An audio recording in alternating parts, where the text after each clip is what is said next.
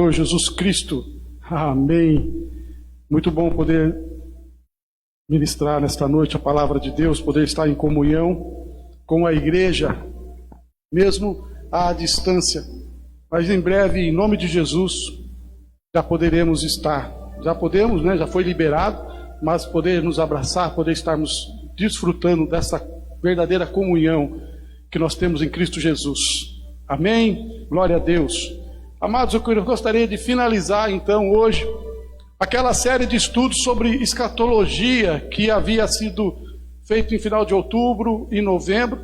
Nós paramos em dezembro por causa da campanha de final de ano e ficou faltando esta última aula, esta última mensagem, este último estudo de escatologia. Antes, gostaria que nós orássemos mais uma vez ao nosso Deus. Pai, nós te louvamos ainda, te agradecemos por tudo quanto já nos tem feito. Obrigado pela oportunidade desta noite de poder estudar a tua palavra, ou poder cantar louvores, desfrutar de intimidade e comunhão com o teu povo, Senhor. Pai querido, nos capacita, Pai querido, para ministrar a tua palavra. Abra a nossa mente e o nosso coração para que possamos entender, Senhor, os teus planos, ó Pai.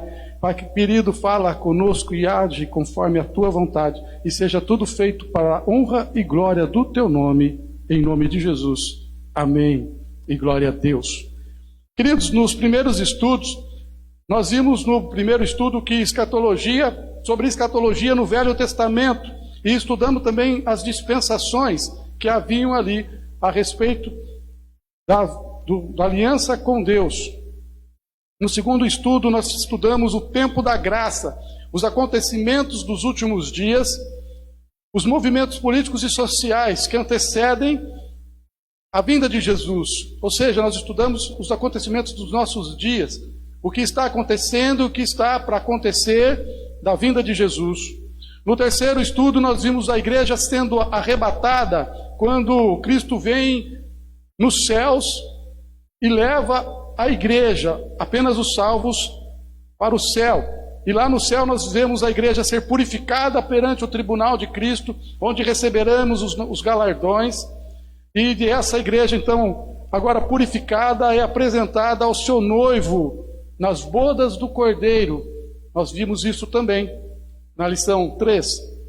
Vimos o início da grande tribulação, o sofrimento que virá sobre as nações ímpias, sobre todos aqueles que recusam e que recusarão o nome de Jesus como seu Salvador. E também o juízo que virá sobre a nação de Israel. Nós vimos o aparecimento do anticristo, quem ele seria. Falamos também do seu poder e da sua autoridade. Nós falamos das alianças que haverá e do rompimento do pacto de paz e do início da perseguição a Israel. Foi aquilo que nós estudamos nas lições passadas. Hoje, então, nós chegamos no auge da aflição, quando todas as nações cercarão a Israel para destruí-la, que é a batalha do Armagedon. É sobre esse momento em diante, até o novo céu e a nova terra, que nós faremos um breve estudo nesta noite. Nesse momento de aflição, haverá muitas guerras entre as nações, entre umas nações e outras nações, e também essas nações batalharão e guerrearão contra Israel. Essa é a batalha mais importante travada neste período da tribulação. É a peleja do grande dia do Deus Todo-Poderoso, que está lá em Apocalipse 16:14. É o acerto de contas de Jesus e o anticristo. Vejamos lá o texto que está em Apocalipse 19, versículo 11 a versículo 21, que é a base do estudo de hoje. Apocalipse 19, de 11 a 21. Glória a Deus. Diz assim a palavra de Deus: E vi o céu aberto, e eis um cavalo branco, e o que estava assentado sobre ele chama-se Fiel e Verdadeiro, e julga e peleja com justiça. E os seus olhos eram como a chama de fogo. Sobre a sua cabeça havia muitos diademas, e tinha um nome escrito que ninguém sabia, senão ele mesmo. e estava vestido de uma veste salpicada de sangue, e o nome pelo qual se chama é a Palavra de Deus. E seguiam-no os exércitos do céu em cavalos brancos e vestidos de linho fino, branco e puro. E da sua boca saía uma aguda espada para ferir com ela as nações, e ele as regerá com vara de ferro. E ele mesmo é o que pisa o lagar do vinho, do furor e da ira do Deus Todo-Poderoso. E no manto e na sua coxa tem escrito este nome: Rei dos Reis, Senhor dos Senhores. E vi um anjo que estava no sol e clamou com grande voz, dizendo a todas as aves que voavam pelo meio do céu: Vinde, ajuntai-vos à ceia do grande Deus, para que comais a carne dos reis, a carne dos tribunos, e a carne dos fortes, e a carne dos cavalos, e dos que sobre eles se assentam, e a carne de todos os homens, livres e servos, pequenos e grandes. E vi a besta e os reis da terra, e os seus exércitos reunidos para fazerem guerra àquele que estava assentado sobre o cavalo e o seu exército. E a besta foi presa, e com ela o falso profeta, que diante dela fizera os sinais, com quem enganou os que receberam o sinal da besta e adoraram a sua imagem. Estes dois foram lançados vivos no lago de fogo, que arde com enxofre. E os demais foram mortos, com a espada que saía da boca do que estava assentado sobre o cavalo, e todas as aves se fartaram das suas carnes. Aleluias e glória a Deus. Essa batalha será lá no Vale do Megido, que é um dos passos, o lugar das guerras travadas desde a antiguidade por Israel, no decorrer da história de Israel. Será uma peleja como nunca vista e será vencida por Jesus. Aleluia. Como foi falado, né, irmãos? Todas as promessas de Deus se cumprem, tudo aquilo que está na palavra dele tem se cumprido. E ele diz que ele vencerá os seus inimigos. Nós estaremos com ele, mas ele vencerá os seus inimigos. Glória a Deus. O Vale do Megido será o centro das atividades bélicas, e os exércitos se estenderão por toda a circunvizinhança até Jerusalém. O Vale do Megido é onde se concentrará o comando das ações dos exércitos. Mas como é um grande exército de todas as nações, os países circunvizinhos a Israel cercarão a Israel, até mesmo pelo mar haverá navios cercando Israel. Será um momento de grande aflição. E um ódio mundial contra Israel e contra Jerusalém, porque ela será a única cidade no mundo a permanecer de pé, depois de tantas guerras e catástrofes. Lendo o livro de Apocalipse, nós vamos ver que haverá momentos de destruição sobre a terra, e também as guerras. Então as cidades serão destruídas, mas a cidade de Jerusalém permanecerá de pé. Aleluia! E por estar permanecendo de pé, e por ser a terra prometida do Messias, Satanás provocará as nações para que a odeiem, para que vão contra ela, para que tentem destruí-la também. Então haverá um momento dramático, nos instantes antes da vinda de Jesus, quando Jesus ressurge, lá em Apocalipse, conforme nós vimos, e vi a besta e os reis da terra e os exércitos reunidos para fazerem guerra àquele que estava assentado sobre o cavalo e sobre o seu exército. Amados, entenda que mesmo nos livramentos que vierem sobre Israel e sobre Jerusalém, mesmo assim ainda haverá violências, haverá a destruição sobre as pessoas ali em Jerusalém. Muitos serão torturados, haverá invasões, haverá mortes.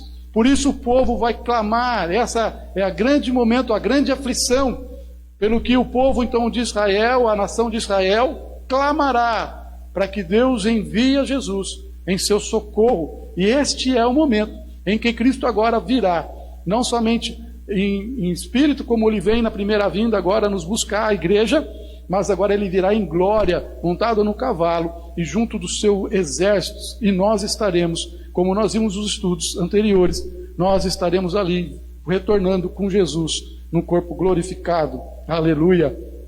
Essa ousadia dessas nações que se levantarão contra Jesus, contra Deus e contra Israel, será retribuída com fúria por parte de Cristo, que desce em glória diante de todos. Colocará seus pés sobre os montes da oliveira, prenderá a besta e o falso profeta, lançando os vivos no lago de fogo e enxofre, e todos os exércitos serão mortos pelo próprio Cristo. Aleluia! Como nós vimos no texto, Jesus virá, se colocará de pé em cima dos montes das oliveiras, e de lá ele exterminará todos os exércitos que se levantaram contra ele, e assim será o fim da grande tribulação. Todos os exércitos mortos diante da nação de Israel. E assim Jesus traz livramento. Finalizando então a grande tribulação, nós começamos o período onde Jesus reinará sobre a terra, que é o seu reinado de 1000 anos, que também começará, primeiramente, será a restauração de Israel. Destruídos os inimigos de Deus e de Israel, ele purifica e restaura a nação. Serão então introduzidos, ou será dado início ao reino messiânico. As primeiras coisas que acontecerá neste momento, após o extermínio dos exércitos inimigos, é a ressurreição dos salvos do Velho Testamento. Nós vimos anteriormente que no arrebatamento da igreja, como o próprio termo, a própria palavra diz, o arrebatamento da igreja, somente os salvos na graça serão arrebatados. Os salvos desde a criação do mundo permanecerão ainda dormentes, mas neste momento, quando Cristo vem e ele inicia o seu reinado, eles serão ressuscitados, os salvos do Velho Testamento. E também serão a ressurreição dos salvos mortos durante a tribulação, aqueles que foram perseguidos por manter o nome de Jesus em seu coração e forem mortos, também ressuscitarão neste momento. Será quebrada a maldição que estava sobre a terra, lá em Gênesis 3, quando o homem peca e Deus fala: maldita seja a terra por causa do seu pecado. Então é colocada uma maldição sobre a terra. E quando Jesus agora lhe volta e inicia o seu reinado, ele quebra esta maldição. Não haverá mais maldição sobre a terra. Será quebrada a maldição que estava sobre a terra. Então, e os crentes ressuscitados, tanto no Velho Testamento quanto no Novo Testamento, viverão juntos e agora desfrutarão da bênção de ter a mesma natureza santa e pura de Jesus. E estes, ou seja, nós, teremos a responsabilidade e o privilégio de governar juntamente com Cristo. Aleluia! Amados, por isso que será um governo de justiça, sem corrupção, de igualdade, porque os salvos que agora num corpo incorruptível, com uma mente incorruptível, não pecarão mais. E nós, os cristãos, os salvos, os crentes, os que ressuscitaram, governarão junto a Cristo essas nações. Seremos os governantes, os prefeitos, governadores, presidentes, os que administram as cidades. Por isso não haverá corrupção, porque quem estiver legislando, cuidando e tomando conta serão os próprios crentes, os salvos. Por isso não haverá corrupção. Por isso que a palavra de Deus, nós vamos ver mais à frente, vai falar de um governo de justiça e de paz e de igualdade para todos os homens, porque não haverá mais corrupção. Aleluia! E glória a Deus por isso, amados. Então nós governaremos junto de Cristo. É um privilégio, mas também é uma responsabilidade dada a cada um daqueles que forem salvos. E se inicia então o milênio. A Bíblia é clara quanto à promessa de um reino teocrático. Teocrático é onde Deus governa, na pessoa de Jesus Cristo. Haverá o governo teocrático, onde Jesus vai governar sobre os homens, onde o mundo será governado por Jesus Cristo. Esta profecia da era messiânica tem caráter literal, não é... algumas denominações, alguns estudantes aí da Bíblia acreditam que já foi, ou que está sendo, ou que vai ser diferente. Nós acreditamos que é de caráter literal, como a Bíblia diz, assim será. Vai ser de 1000 anos. Para Israel não há outro meio do cumprimento a não ser através do milênio. Como vimos, as alianças têm caráter futuro e incondicional, portanto deve ser cumprida. O milênio ele tem um propósito de cumprir as alianças estabelecidas lá com Israel no início, com Abraão, o pacto da Palestina, com Davi, que ele fala de um reino onde o próprio Deus governaria sobre a terra. E é este período de 1000 anos onde vai se cumprir a última parte da aliança. Amém? Glória a Deus. No decorrer da história, ficou provado que o homem não tem condições de estabelecer um reino de paz e de justiça plena. O homem, infelizmente, ele é corruptível. Por causa do pecado, ele não consegue aplicar a justiça plena.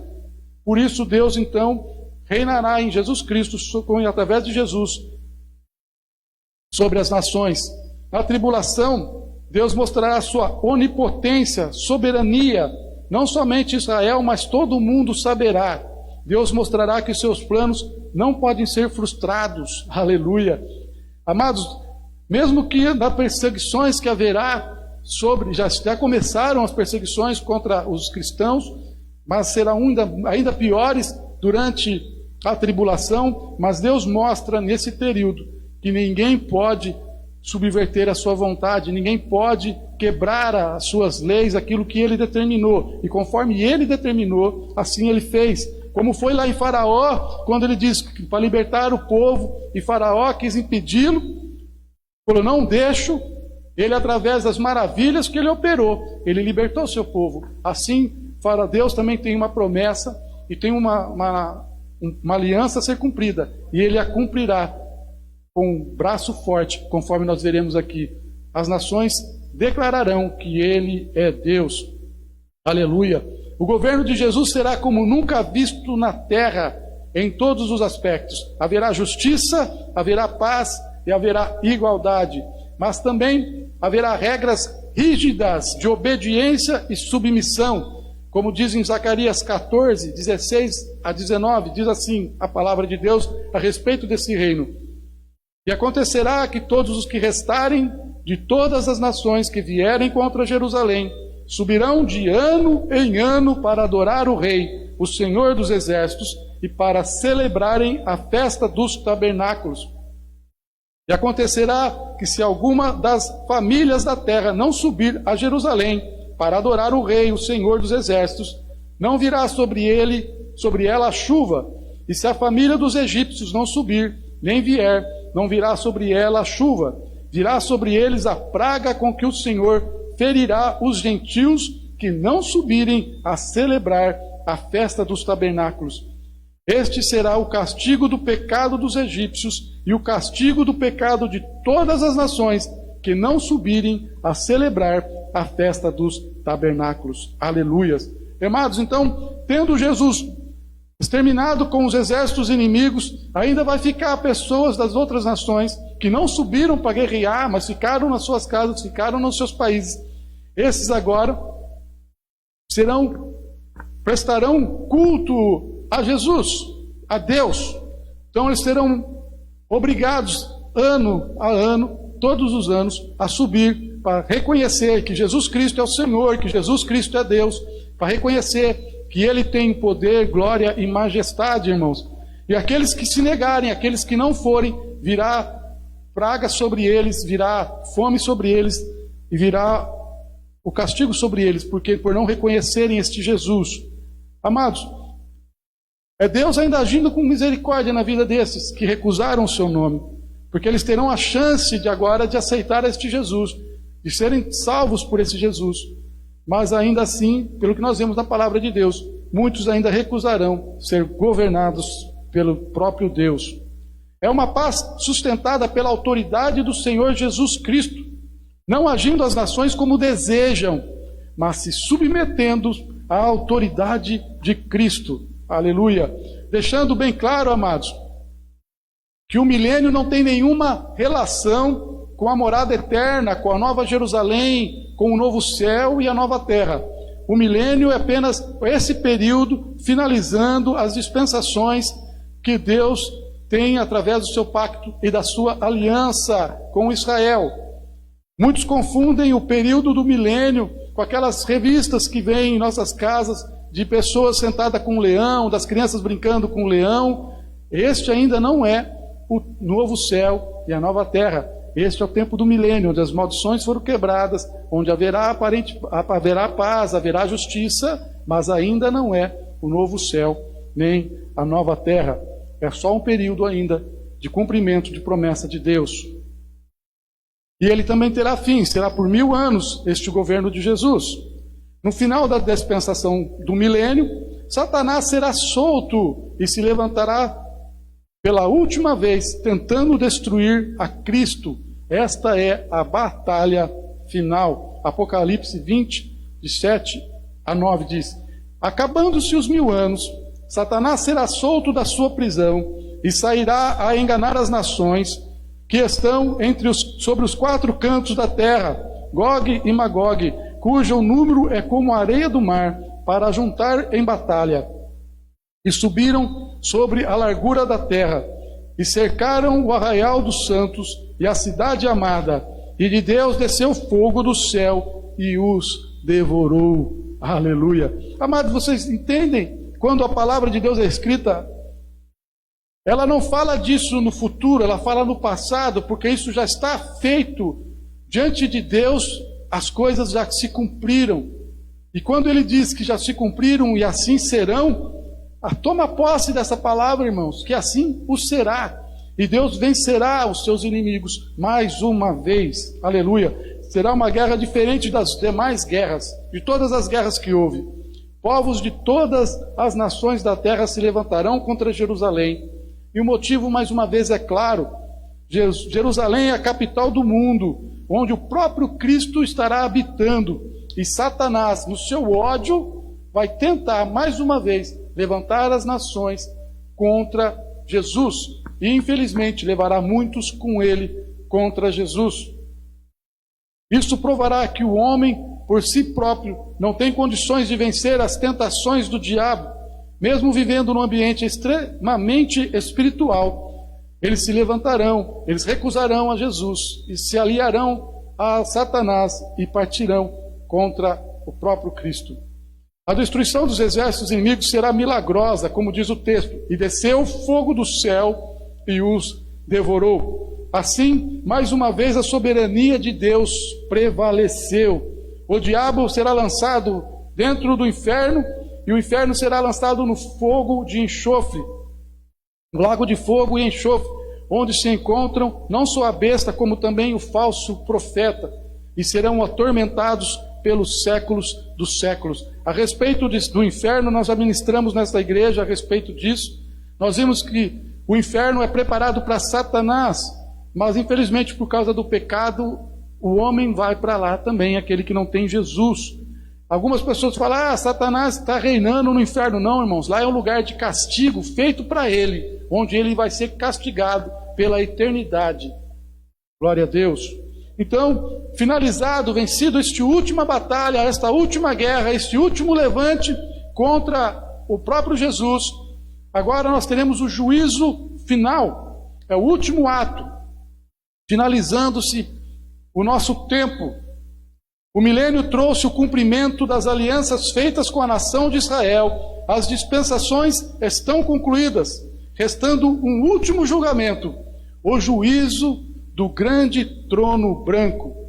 Deus, por meio da ressurreição, chama os ímpios, ou seja, aqueles que não foram salvos, que morreram desde a criação do mundo, para serem julgados neste momento, neste grande trono branco. Diz assim o texto bíblico, Apocalipse 20, de 11, 12 e 15. E vi um grande trono branco, e o que estava assentado sobre ele, de cuja presença fugiu a terra e o céu, e não se achou lugar para eles. E vi os mortos, grandes e pequenos, que estavam diante de Deus, e abriram-se os livros, e abriu-se outro livro, que é o da vida, e os mortos foram julgados pelas coisas que estavam escritas nos livros, segundo as suas obras. E aquele que não foi achado escrito no livro da vida, foi lançado no lago de fogo. E esta é a segunda morte. Misericórdia. A ressurreição, neste final, irmãos, não é para julgamento, é apenas para condenação. Não se trata de um julgamento para salvação, mas sim para comparecerão unicamente os ímpios para serem avisados da sua condenação eterna, a segunda e definitiva morte. Aleluia. Nós vemos lá no texto em João 3, 17, 18 e 19, que fala que Jesus não veio para condenar o mundo, mas sim para salvar o mundo. Porque aquele que recebe a Jesus é salvo, mas aquele que recusa, ou aquele que não aceita Jesus, já está condenado, porque não aceitou o unigênito Filho de Deus.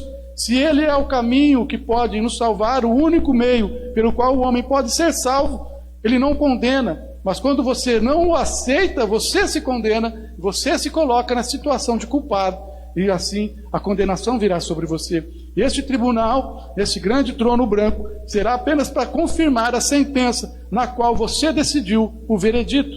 O veredito somos nós que decidimos. Ou aceitamos a Jesus e confiamos, entregamos a nossa vida a Ele, sendo Ele como Senhor, recebendo Ele como Senhor de nossas vidas, como Senhor de nossas vidas. Ah, Jesus Cristo é meu Salvador. Mas se Ele não for Senhor da sua vida, Ele não é teu Salvador. Ele é Salvador de todos, Ele morreu por todos. Mas se você não tiver verdadeiramente como Senhor da sua vida, como Senhor, autoridade, Rei, aquele que tem autoridade sobre você e domínio sobre você, você ainda não é salvo.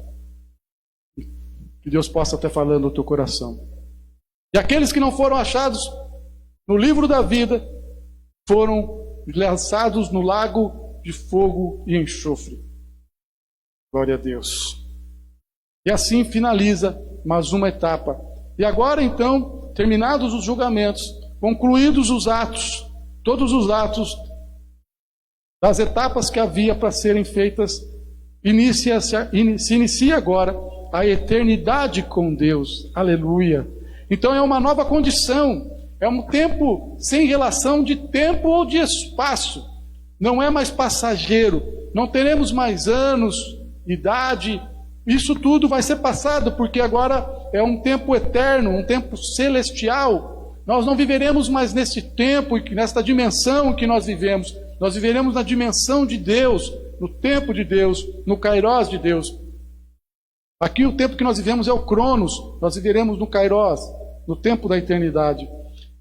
Visto isso, irmãos, quando no trono branco, no texto ora lido agora, a terra como a conhecemos e o universo como nós o conhecemos serão recolhidos, pois essa dimensão, essa que nós vivemos, o tempo do Cronos, dos anos, dos minutos, do tempo contado, ela serviu para este tempo, para que nós conhecêssemos a Deus, para que nós o aceitemos, para que nós tenhamos experiências e para que agora nós possamos ir para um novo tempo, um novo lugar com Deus. Então esta eternidade aqui, esse tempo que nós temos de milhões ou bilhões de anos, como alguns falam, ou alguns acham que possa ter, esse universo, essa dimensão deixará de existir e nós estaremos todos na dimensão em que Deus habita. Glória a Deus. Então diz o texto, haverá um novo céu e uma nova terra. Apocalipse 21:1 diz, e viu um novo céu e uma nova terra, porque já o primeiro céu e a primeira terra passaram e o mar já não existe. Glória a Deus. Nós vimos lá no texto que a terra, como a conhecemos, o universo como conhecemos, foram recolhidos. Essa dimensão deixará de existir. Aleluia. Então nós veremos a nova Jerusalém. Aleluia. Não se trata de uma cidade terrena, mas sim uma cidade celestial, a cidade eterna, vinda do próprio Deus. Ela desceu dos céus da parte de Deus. Glória a Deus. Aleluia. Nós veremos o próprio Deus ali, irmãos. E nessa cidade não haverá tristeza. Deus enxugará dos olhos toda lágrima. A alegria e a felicidade eterna reinará na morada dos remidos. Amém. Ela tem a glória de Deus. A glória do Senhor será suficiente para todas as nossas necessidades. A própria presença do Senhor iluminará a nova Jerusalém. Deus será a fonte de energia e Cristo a lâmpada que resplandecerá por toda a eternidade. Amém. Deus e seu Filho Jesus são o templo da cidade. A presença de Deus e de Jesus não serão espirituais, mas literais. Estaremos pessoalmente, irmãos, vendo o próprio Deus e vendo o próprio Jesus. Poderemos desfrutar de intimidade, de relacionamento, de comunhão pessoal, visível com eles. Glória a Deus. Amém. Não haverá pecado ou maldição, não haverá nenhum mal mais ali na nova cidade. Nela haverá um rio e uma árvore. O rio representa a vida que procede do Cordeiro, e a árvore retrata a árvore da vida, lá do jardim do Éden. Só que desta vez não haverá a árvore para condenação, porque nós já fomos provados e aprovados por Deus durante este tempo que aqui estamos. Aleluia, glória a Deus. Amados, finalizando, Apocalipse 22, 7 e 20 termina assim o estudo.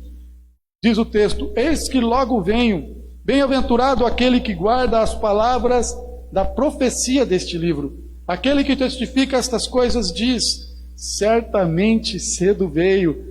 Amém. Ora vem, Senhor Jesus. Aleluia. Amados, eu creio nesta palavra. Glória a Deus. Ela é verdadeira e a quem a fala é fiel. Tome posse dessa palavra. Tome posse dessa promessa de Deus maravilhosa para a sua vida.